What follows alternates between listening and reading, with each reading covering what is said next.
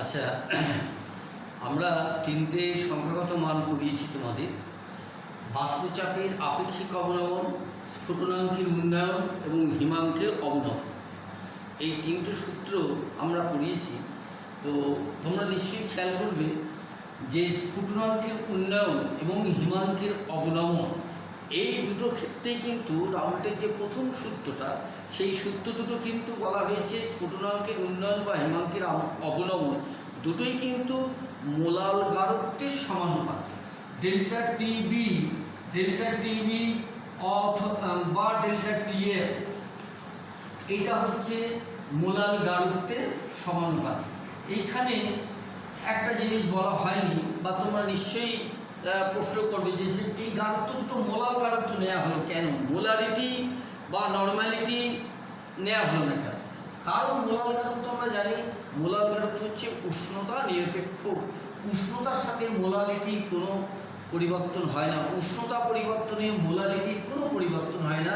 যেহেতু স্ফুটনাঙ্কের উন্নয়ন এবং হিমাঙ্কের অবনমন দুটোই উষ্ণতার সাথে সম্পর্ক, দুটোই উষ্ণতার পরিবর্তন হচ্ছে, ফলে মোলালিটির পরিবর্তে নর্মালিটি বা অন্য কোনো গারত্ব ফর্মালিটি নিলে বা মোলারিটি নিলে সেখানে গারত্বের পরিবর্তন হবে। এই দুটো কিন্তু উষ্ণতার পরিবর্তন হয় না। তো এই কারণে আমরা গারত্বটা নিয়েছি কি মোলারিটি।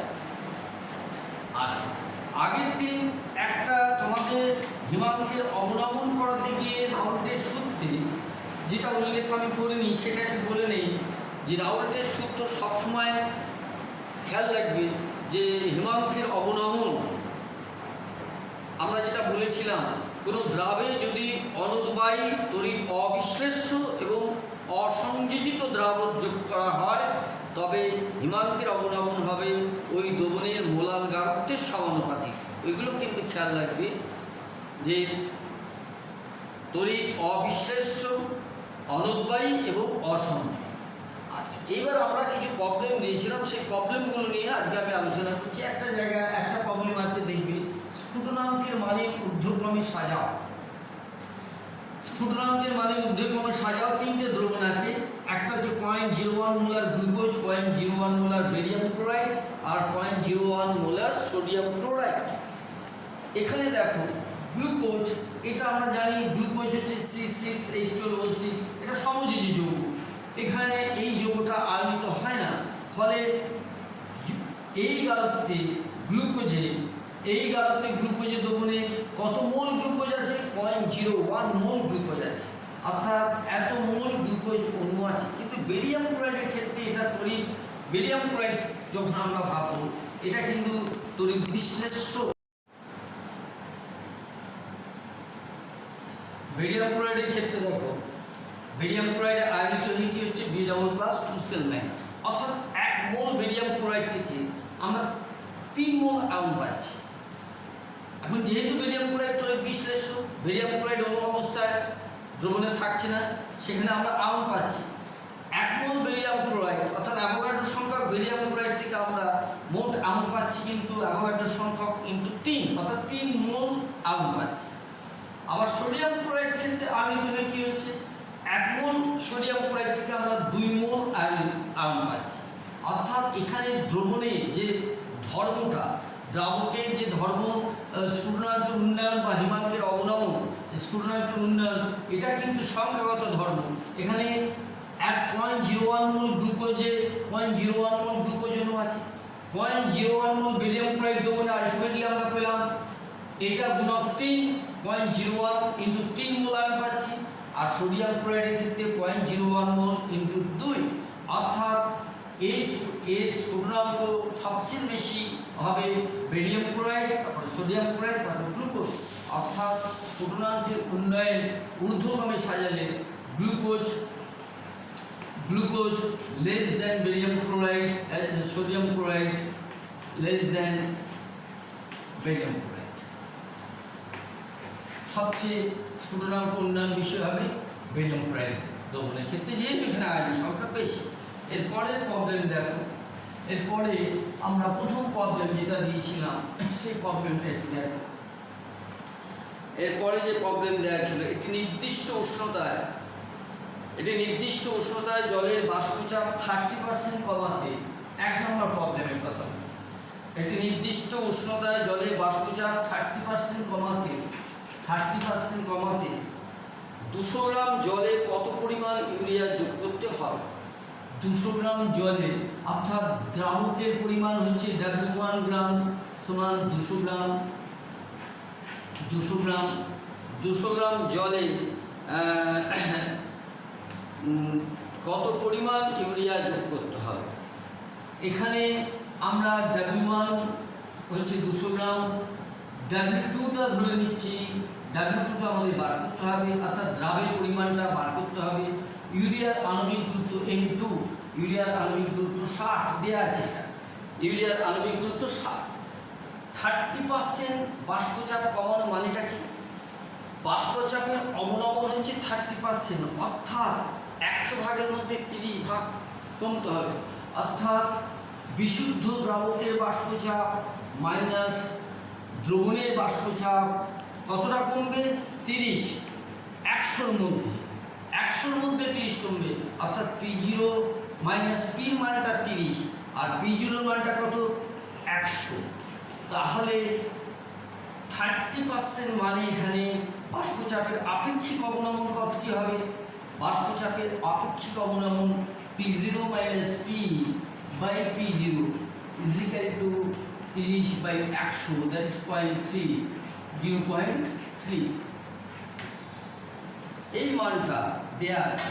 30% বাষ্পচাপের আপেক্ষিক অবনমন 30% মানে কিন্তু এটা বুঝতে হবে, এখানে কিন্তু আমাদের মেইন বিষয় যে 100 ভাগের মধ্যে 30 কমছে, তাহলে অবনমনটা আপেক্ষিক অবনমন কত হচ্ছে? P0 মানে 100 আর অবনমন হচ্ছে 30, 30 বাই 100 সমান 0.30।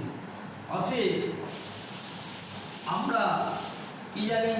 P0 minus P divided by P0 is equal to x2 দ্রাবের মোল ভগ্নাংশ, অতএব 30, এটার মান কত? 0.30 ইজ ইকুয়াল টু দ্রাবের মোল কত? দ্রাব হচ্ছে কতটা পরিমাণ দ্রাব নেওয়া হয়েছে? কত পরিমাণ? তাহলে 60, W2 বাই 60, W2 নেওয়া হয়েছে W2 বাই 60, আর 200 গ্রাম হচ্ছে দ্রাবকের ওজন, W1 বাই W1 এর মানটা কত? W1 এর মান হচ্ছে 200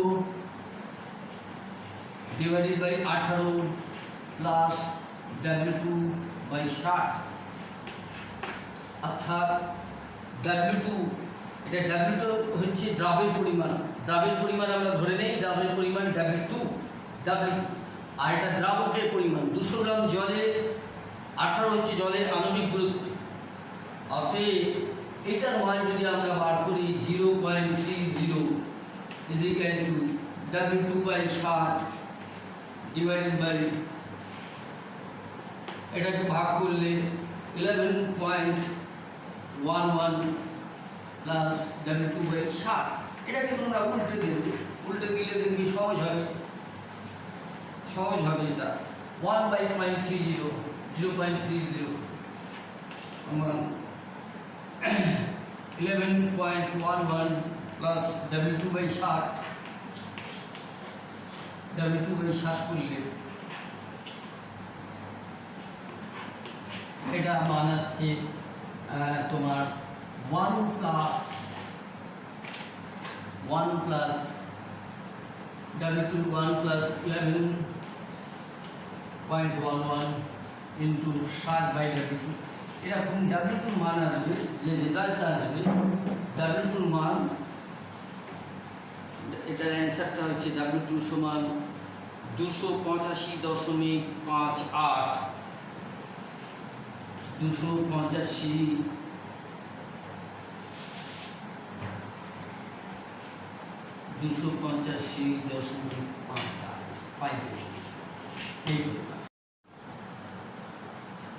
আচ্ছা, দ্বিতীয় প্রবলেমটা দেখো। 100 গ্রাম কার্বন টেট্রাক্লোরাইডে 3 গ্রাম দ্রাবক দ্রবীভূত করলে 100 গ্রাম কার্বন টেট্রাক্লোরাইডে 3 গ্রাম দ্রাব দ্রবীভূত করলে স্ফুটনাঙ্কের উন্নয়ন হয় 0.60 কেলভিন। দ্রাবের আণবিক ভর নির্ণয় করো। কেবির মান বলে দিয়েছে, কেবি সমান কত? স্ফুটনাঙ্ক উন্নয়ন ধ্রুবক 5.03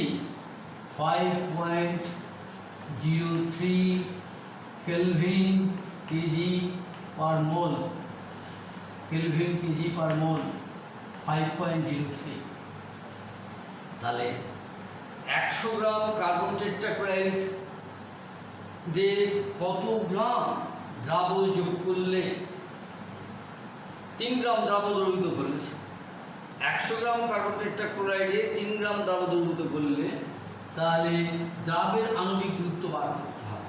আমরা মনে করি দ্রাবের আণবিক ভর হচ্ছে n, মনে করি দ্রাবের আণবিক ভর n। তাহলে 3 গ্রাম দ্রাবক দ্রবীভূত করা হচ্ছে 100 গ্রাম কার্বন টেট্রাক্লোরাইড, তাহলে দ্রাবের মোল সংখ্যা কত? 3/n। দ্রাবের ভর বাই আণবিক গুরুত্ব হচ্ছে দ্রাবের মোল 3/n।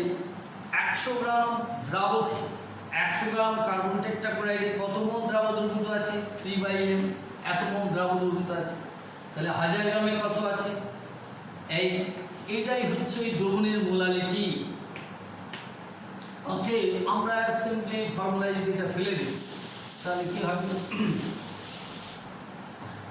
ডেল্টা টিভির মান কত বলেছে?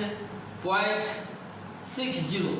স্ফুটনাঙ্কের উন্নয়ন হচ্ছে 0.60, অর্থাৎ 0.60 সমান কেবির মান কত? 5.03। মোলালিটি হচ্ছে 3 × 1000 ডিভাইডেড বাই n × 100। এখান থেকে আমরা m এর মান পেয়ে যাব। আমাদের ক্যালকুলেটরের সাহায্যে m এর মানটা পেলে অ্যান্সার বেরোবে 251.5। 251.5 এইটা হচ্ছে দ্রাবের আণবিক। এটা দ্বিতীয় প্রবলেম, খুবই সিম্পল প্রবলেম। এর পরের প্রবলেমটা দেখো, এর পরের প্রবলেমটা তাহলে এটা নিশ্চয়ই বুঝতে পেরেছো। এটা জাস্ট ফর্মুলা ফেলে দেওয়া হলো, স্ফুটনাঙ্ক উন্নয়ন বলে দেওয়া হচ্ছে, মোলালিটিটা বার করে নিয়ে অঙ্কটা করতে হবে।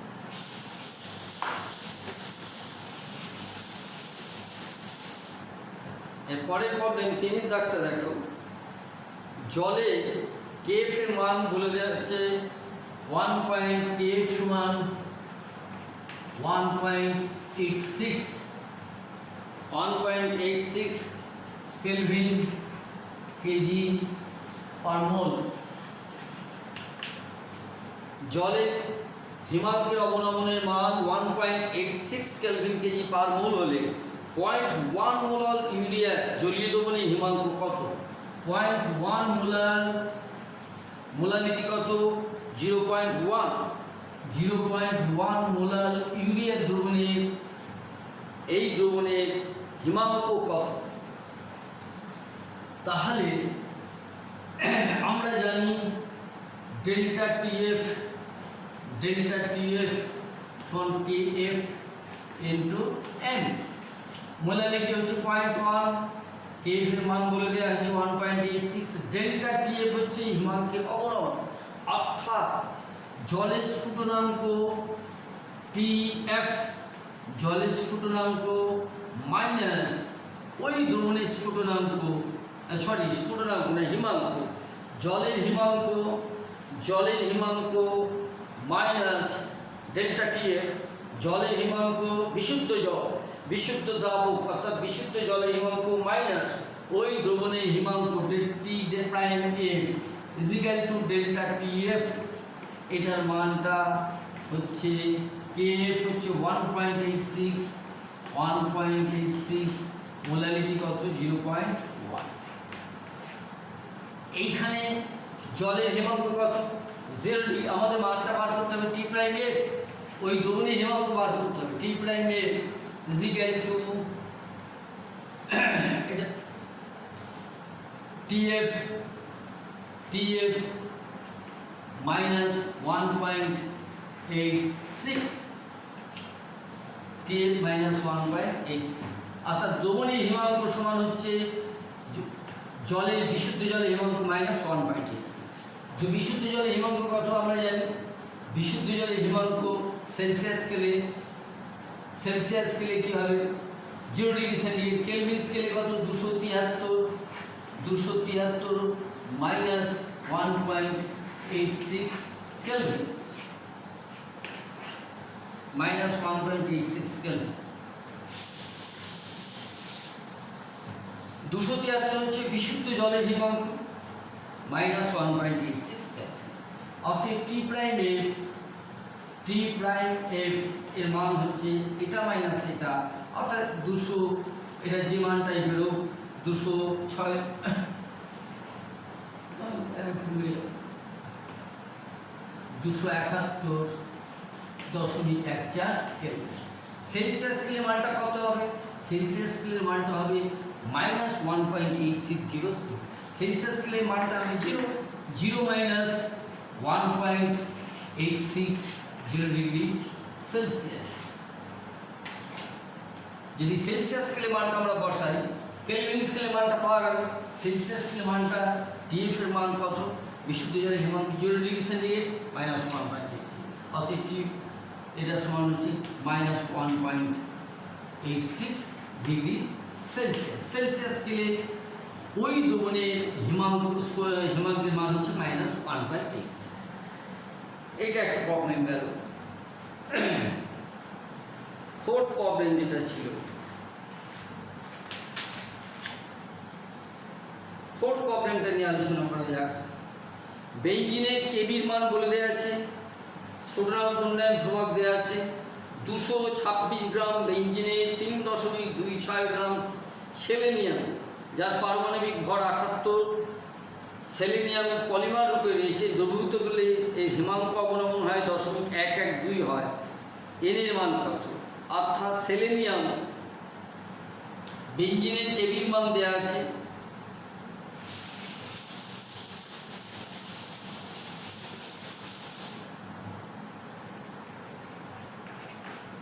বেঞ্জিনের কেবি হচ্ছে কেবির মান 4.9 কেলভিন কেজি और मोल।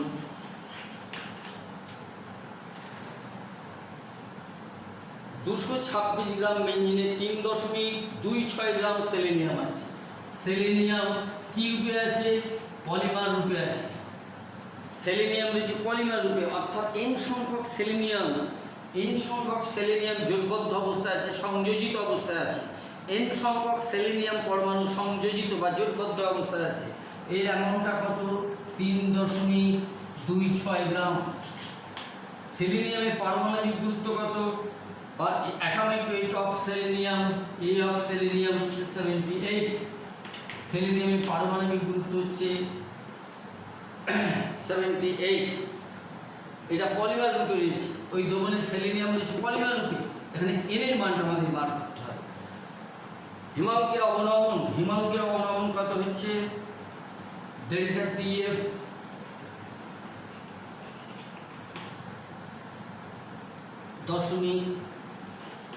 .112 কেলভিন, 0.112 কেলভিন হয়। তাহলে এন এর মান কত? তাহলে বেঞ্জিনের ক্ষেত্রে স্ফুটনাঙ্ক উন্নয়ন, বেঞ্জিনের কেবি, সেলেনিয়াম হিমাঙ্ক অবনমন মান, এটা কেএফ হবে না, কেবি হবে না, হচ্ছে 4.9 কেবি স্ফুটনাঙ্ক উন্নয়ন বেঞ্জিনের হিমাঙ্ক অবনমন 0.12। আচ্ছা, এটা কেএফ না কেজি? 6 গ্রাম বেঞ্জিন। আচ্ছা, কেএফ হবে সম্ভব 4.9। তাহলে আমরা কি জানি, ফর্মুলাটা কি জানি? ডেল্টা টিএফ হিমাঙ্কের অবনমন হচ্ছে 0.112 কেলভিন। তাহলে ডেল্টা টিএফ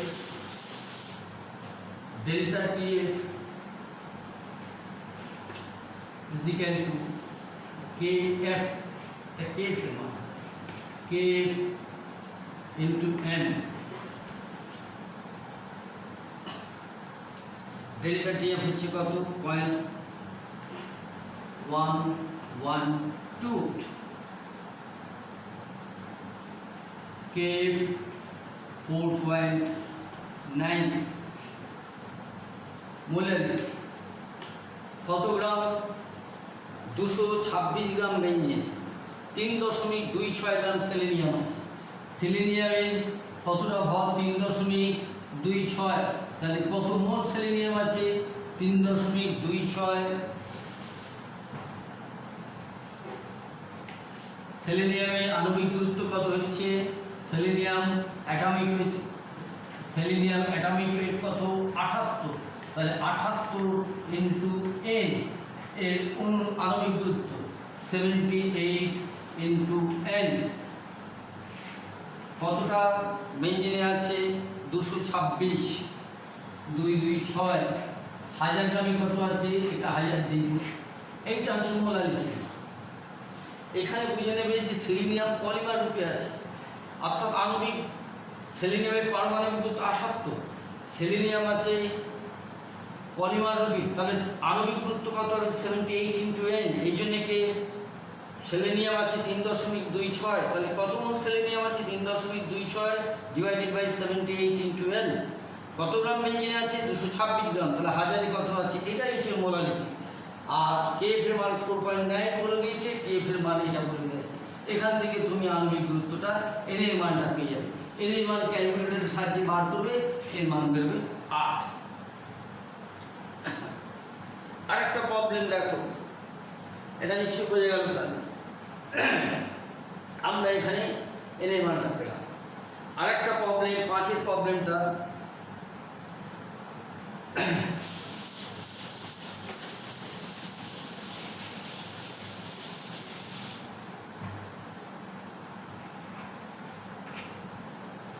চল্লিশ গ্রাম জলে অনুদ্বায়ী তড়িৎ অবিশ্লেষ্য দাবে 0.539 গ্রাম 539 গ্রাম দাব দ্রবীভূত করলে হিমাঙ্ক অবনমন হয় 0.18। জলে কেএফ এর মান বলে দেওয়া হয়েছে, দ্রাবের আণবিক ভর কত? 40 গ্রাম জলে একটি অনুদ্বায়ী তড়িৎ অবিশ্লেষ্য দ্রাব 40 গ্রাম দ্রাবকের ওজন কত? 40 গ্রাম দ্রাবকে 40 গ্রাম জলে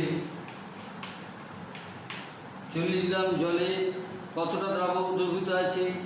দ্রাবক, এটা W2 হচ্ছে 40, W1 হচ্ছে 40, W2 হচ্ছে কত? 0.539 গ্রাম, 0.539 গ্রাম। দ্রাবের আণবিক ভর চেয়েছে, কেএফ এর মান কত? কেএফ 1.86 কেলভিন কেজি আর মোল।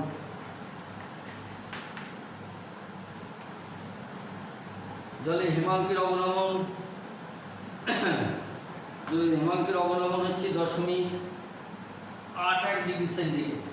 Delta TF 0.81 degree centigrade. আমাদের বার করতে হবে কি? দাবের আণবিক ভর, অর্থাৎ M2 সমান কত? M2 সমান কত? M2, এখানে M2 মানটা আমাদের বার করতে হবে। দ্রাবের আণবিক ভর M2 সমান কত? ডেল্টা টিএফ এর মান এটা বলতে হবে। কেএফ, তাহলে delta TF into M 0.81, KF এর মান এত 1.86 মোলারিটি। 40 গ্রাম দ্রাবকে আছে, দ্রাবের পরিমাণ কত? 0.53। আণবিক গুরুত্ব বার করতে হবে M2। কত গ্রাম দ্রাবকে আছে? 40 গ্রাম। 1000 গ্রাম। এইখান থেকে তোমাকে M2 মানটা বার করে নিতে হবে। M2 মান বেরোবে 309.4। M2 সমান 309.4।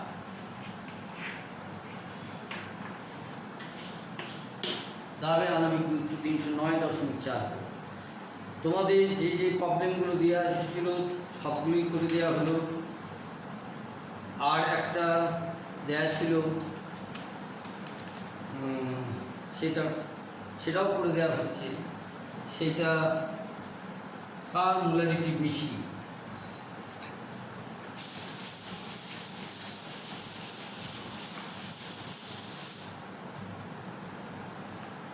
দশমিক 0.1 এটা আগে দেওয়া ছিল একটা problem. 0.1 normal sodium phosphate,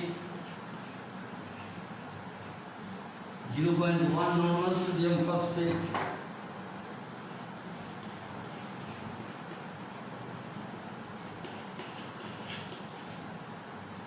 (0.1 normal aluminum sulfate),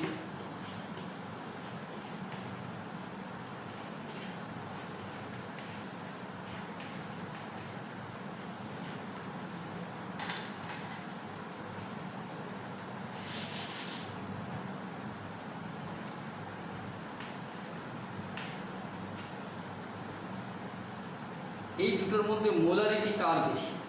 দুটোরই নর্মালিটি 0.1 নর্মাল, 0.1 নর্মাল। একটা হচ্ছে সোডিয়াম ফসফেট আর একটা হচ্ছে aluminium sulphate. 0.1 normal sodium phosphate কী করে তৈরি করব? আমরা দ্রবণের গাঢ়ত্ব করাতে নর্মালিটি, মোলারিটি এগুলো বলেছি। নর্মাল দ্রবণ কাকে বলে? নর্মাল দ্রবণ 1000 সিসি দ্রবণে 1 গ্রাম তুল্যাঙ্ক দ্রাবক দ্রবীভূত থাকে, তাকে বলে নর্মাল দ্রবণ। এখানে বলছি কার মোলারিটি বেশি, কার মোলারিটি বেশি, কার মোলারিটি বেশি।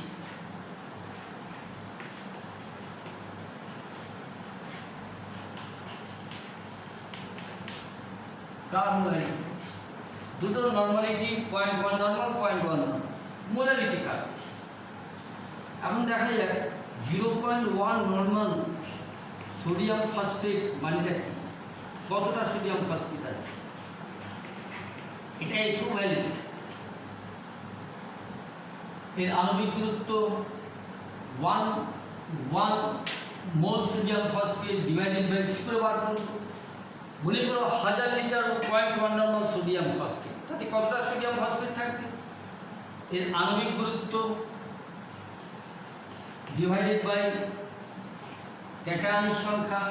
সোডিয়াম কটা আছে? 3টে। যোজ্যতা কত? সোডিয়ামের যোজ্যতা কত? 1।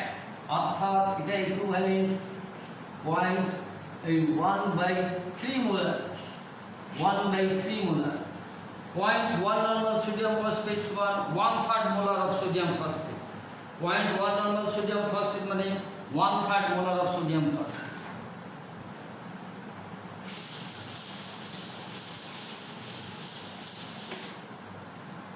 0.1 নর্মাল অ্যালুমিনিয়াম সালফেট, এটা একটু ভ্যালু কত আছে? 0.1 নর্মাল অ্যালুমিনিয়াম সালফেট মানে 1 মোলার, গ্রাম আণবিক গুরুত্ব ডিভাইডেড বাই, অর্থাৎ 1 মোল 1 লিটার দ্রবণে 1 গ্রাম বা 1 মোল, তাকে অ্যালুমিনিয়াম কটা আছে, ক্যাটায়নের সংখ্যা কটা? 2। অ্যালুমিনিয়ামের যোজ্যতা কত? 3। Equivalent m/6, 1/6।